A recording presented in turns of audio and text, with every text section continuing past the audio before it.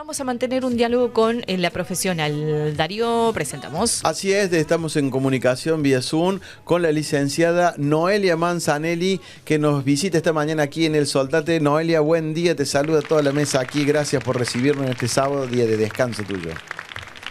Buen día, muchas gracias a ustedes por la invitación. Buen día, licenciada, buen día.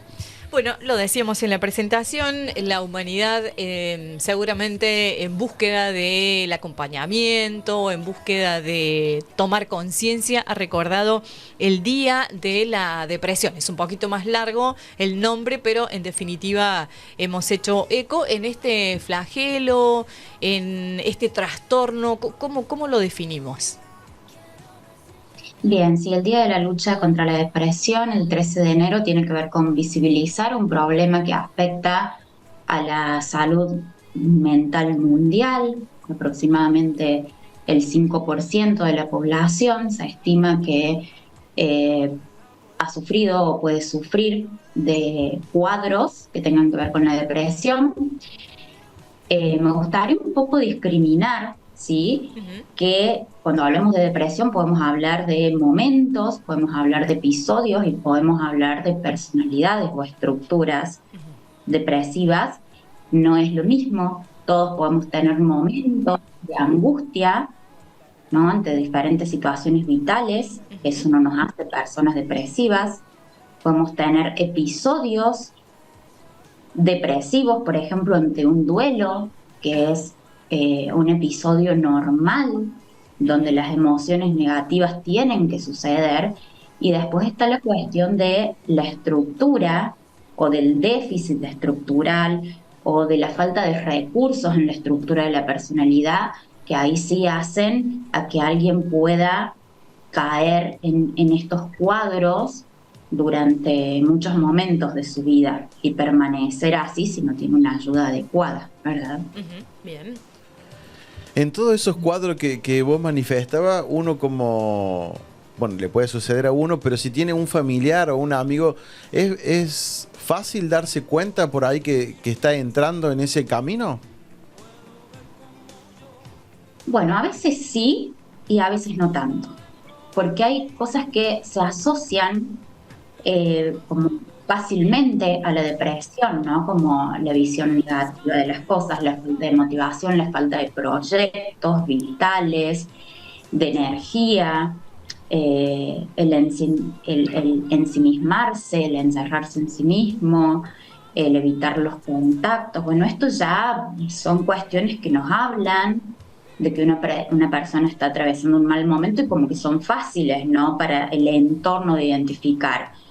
Pero a veces lo que tiene la depresión y que la hace tan compleja es que se recurre a mecanismos de defensa que se conocen como mecanismos maníacos, ¿sí?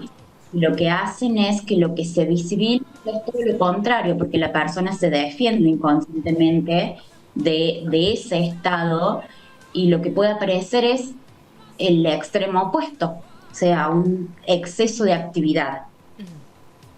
Un exceso de actividad que en realidad está como cubriendo, tapando otra cosa.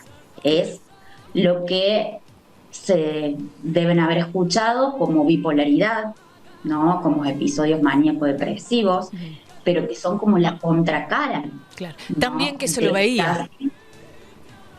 ¿Cómo? Digo, también que se lo veía, por ejemplo, es un término que uno familiariza por ahí, ¿no? Ante una decisión extrema. Sí, tal cual, que a veces parece que desconcertara a todo el entorno, porque en qué momento sucedió esto y nadie lo puede identificar, pero también hay que estar atentos a estas cuestiones cuando son excesivas, ¿no? Porque los excesos nos están mostrando algo, y sobre todo si hay cuestiones cambiantes en la habitualidad de la persona.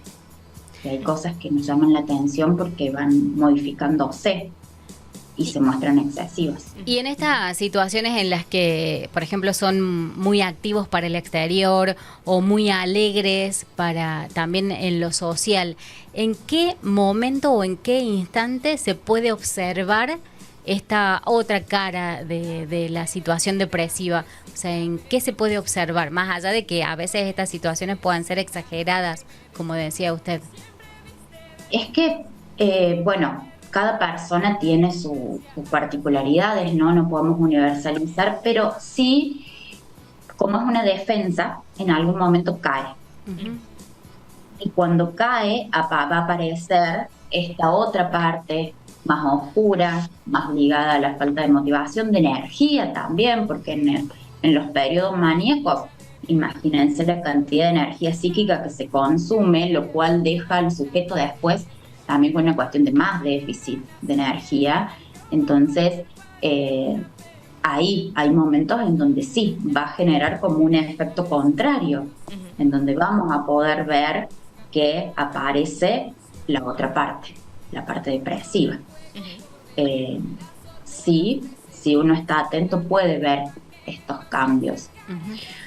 No es lo mismo tener cambios de humor, que pueden estar relacionados a muchos factores, que tener un trastorno bipolar, por supuesto. A veces se habla mucho de estos temas y se tienden a generar autodiagnósticos y bueno, y por ahí a malentender. Por eso también esto de discriminar, ¿no?, los momentos que todos podemos tener, los episodios que a veces están atravesados también por cuestiones sociales. Cuando pasó lo de la pandemia, esto contribuyó a que hubiera muchas personas que pasaran por episodios de depresión sin ser personalidades depresivas. Entonces, a ver, en los seres humanos tenemos que contemplar como diversas cosas, lo que es nuestra historia vivencial, que nos va estructurando como personas y que va a marcar los recursos que tenemos o no para afrontar las cosas que nos pueden ir sucediendo. Recursos internos, recursos externos, la biología, ¿no?, nuestro cuerpo, pero también el contexto en el que nacimos, crecemos, nos movemos, ¿no?, y pertenecemos. Todo eso va a ir como configurando la manera de vivir y de estar en el mundo. Claro.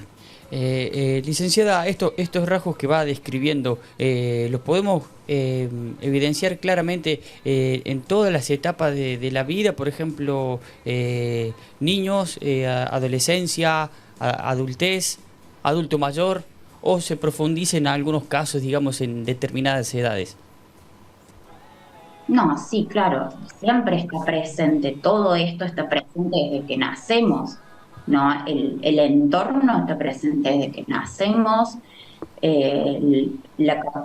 las posibilidades vinculares también, las posibilidades de nuestro cuerpo también, el contexto también, pero en qué podemos discriminar, en que, por ejemplo, en los niños, diagnósticos nunca pueden ser rígidos, porque se trata de psiquismo en formación.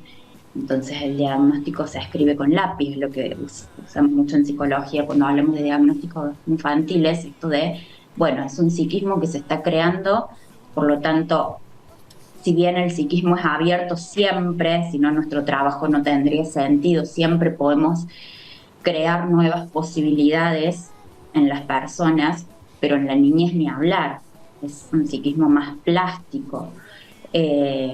Por eso no podemos hablar, por ejemplo, de un diagnóstico definitivo de una personalidad depresiva en un niño. Sí podemos hablar de un episodio depresivo, podemos hablar de un momento depresivo, y hay que estar atento y acompañar, por supuesto, pero no podemos dar un diagnóstico definitivo en la niñez.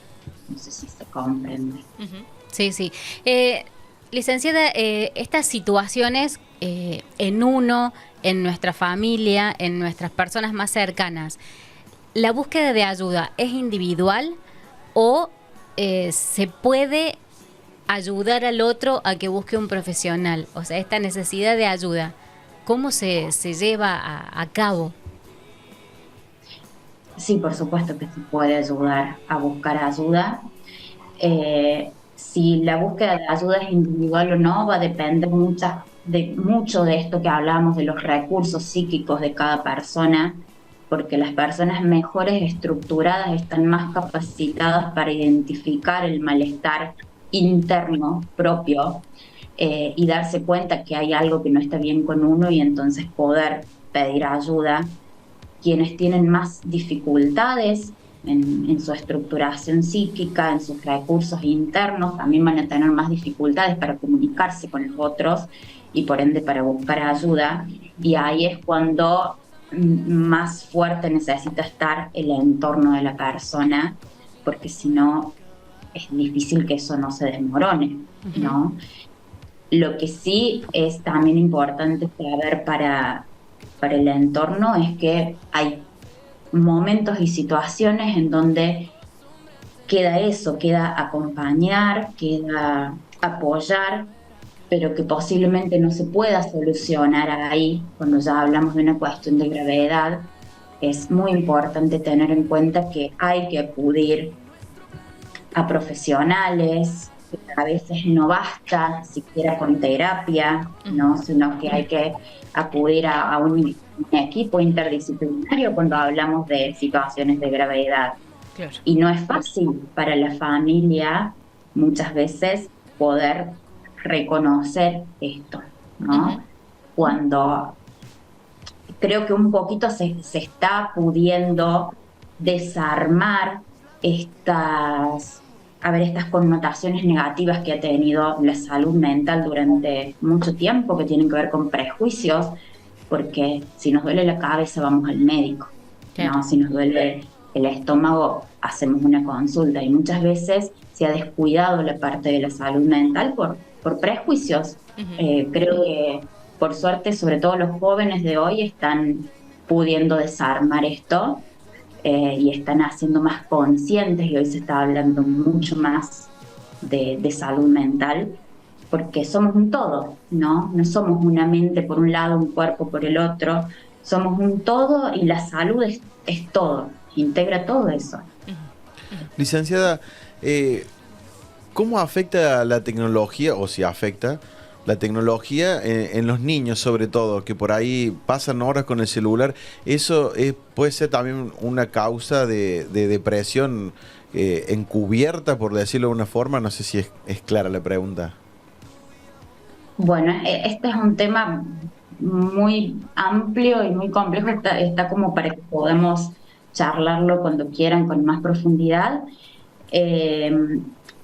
pero hay recomendaciones a nivel mundial de diferentes profesionales que hablan de un límite en el acceso, en el uso y en la forma del uso de la tecnología en los niños para que no sea perjudicial. Y cómo afecta, puede afectar de múltiples maneras si el uso es indebido, pero bueno, se están condicionando muchos diagnósticos que por ahí están más relacionados a los déficits de atención, hiperactividad, dificultades en el procesamiento del pensamiento, lo cual todo esto, cuando hay cosas que no se están estructurando bien, que no se están posibilitando para los niños, y sí van a tener impacto también en cómo regulan sus emociones, ¿no? En cómo pueden, por ejemplo, si están tristes, si están vivenciando la tristeza, cómo lo pueden interiorizar, cómo lo pueden identificar y cómo lo pueden expresar. Ya de por sí para los niños es difícil poner en palabras, ni hablar si además de no poder poner en palabras no tienen como otros recursos que les posibiliten tramitar lo que están sintiendo, como lo son el juego simbólico, como lo son los cuentos, como lo son todas estas cosas que permiten a los niños como procesar sus estados internos. La tecnología, mal usada sobre todo, no posibilita al niño procesar sus estados internos. Queda aparte hay gente que trabaja en ciertos juegos, en ciertos videojuegos, en cosas que atienden o tratan de atender a esto de la necesidad simbólica del niño, pero no es lo común, no es lo habitual, no es lo que vemos todo el tiempo en el uso que le dan los niños a la tecnología, o en el abuso, que creo que es sí habitual, lamentablemente, el abuso. Claro. de la temperatura. Sí. Y siempre va a tener efectos negativos. En los niños y en los adultos también. Pasa que, bueno, el niño tiene menos control aún. Si en el adulto genera fascinación y muchas veces tomamos el celular y no nos damos cuenta del tiempo que estamos con el celular o de que lo dejamos y al ratito volvemos a entrar al mismo lugar del que acabamos de salir y lo hacemos de una manera inconsciente, por decirlo de alguna forma. En los niños esto es mucho más acentuado, entonces necesitan un interlocutor humano que medie ese contacto con la tecnología.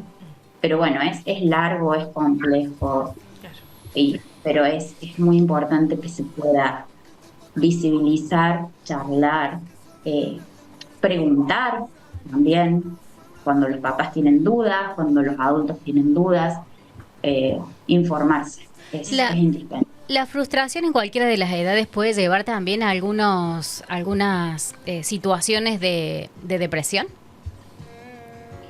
Más que la frustración, la capacidad de lidiar con ella, ¿no? Ajá. La capacidad de tolerancia a la frustración o la no capacidad de tolerancia a la frustración, que tiene que ver también con esto, ¿no? Con cómo estamos estructurados, cuáles son nuestros recursos, las posibilidades internas.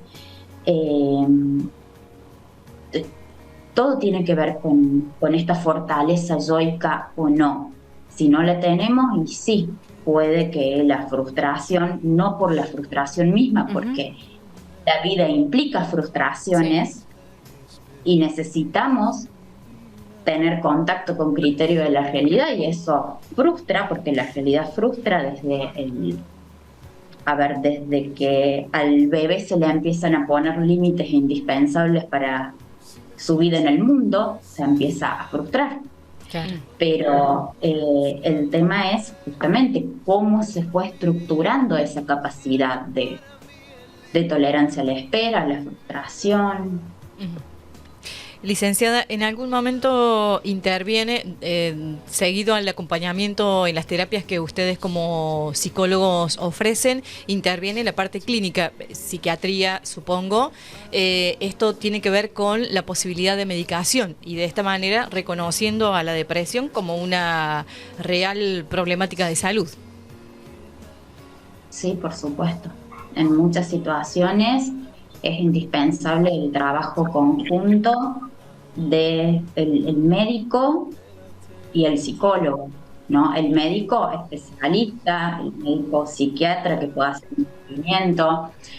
Los tratamientos psicofarmacológicos hay que tomarlos con mucha seriedad, requieren de un seguimiento de un profesional adecuado, pero también requieren de estos procesos más complejos que se puedan acompañar con espacios de terapia la mayoría de las veces, porque si no queda en el fármaco, Claro. no es la idea. Al menos dentro de mi equipo de profesionales, y creo que por suerte de la mayoría de los equipos que se están formando últimamente, la visión es esta, ¿no? Es el trabajo interdisciplinario en conjunto, y que no todo quede en el fármaco, como si puede que en algún momento haya sido un paradigma y que también llevaba a aumentar este estigma o este miedo de depender del fármaco. Hay momentos cuando hablamos de episodios en donde se debe acudir y se debe acompañar un proceso en donde va a haber un inicio y va a haber un desarrollo y se va a poder finalizar también con un tratamiento. Y hay situaciones en donde los tratamientos son crónicos, por supuesto. Y hay situaciones en donde la persona va a requerir toda la vida de un fármaco para que nivele, digamos, para que regule cuestiones que no se regulan por sí solas, que ya estamos hablando de cuestiones más biológicas, de neurotransmisores y demás. Bien. Claro, o sea que a veces el origen de la depresión puede ser una cuestión psicológica o de nuestras propias vivencias y otras una cuestión de algún desfasaje químico en nuestro organismo. Es que es todo eso, por lo general, pero sí puede haber una prevalencia de... Y hay situaciones en donde sí primero tenemos que ir por lo biológico, a descartar cuestiones biológicas.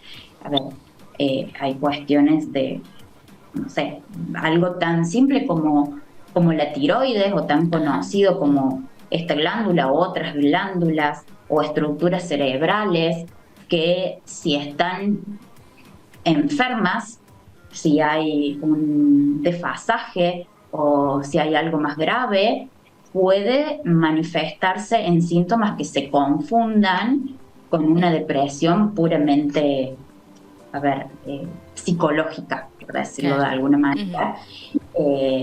Por eso es muy importante cuando llegan pacientes con manifestaciones graves que pueda también primero hacerse una evaluación clínica general, un análisis, a veces cuando se llegan con diagnósticos, saliéndonos un poquito de la depresión, de ataques de pánico, también hace falta un diagnóstico diferencial porque no todo es pánico, no hay que descartar las cuestiones físicas, y hay casos de depresión que tienen su origen, sí, en cuestiones que pueden hablarnos de una enfermedad orgánica, entonces hay que descartar eso.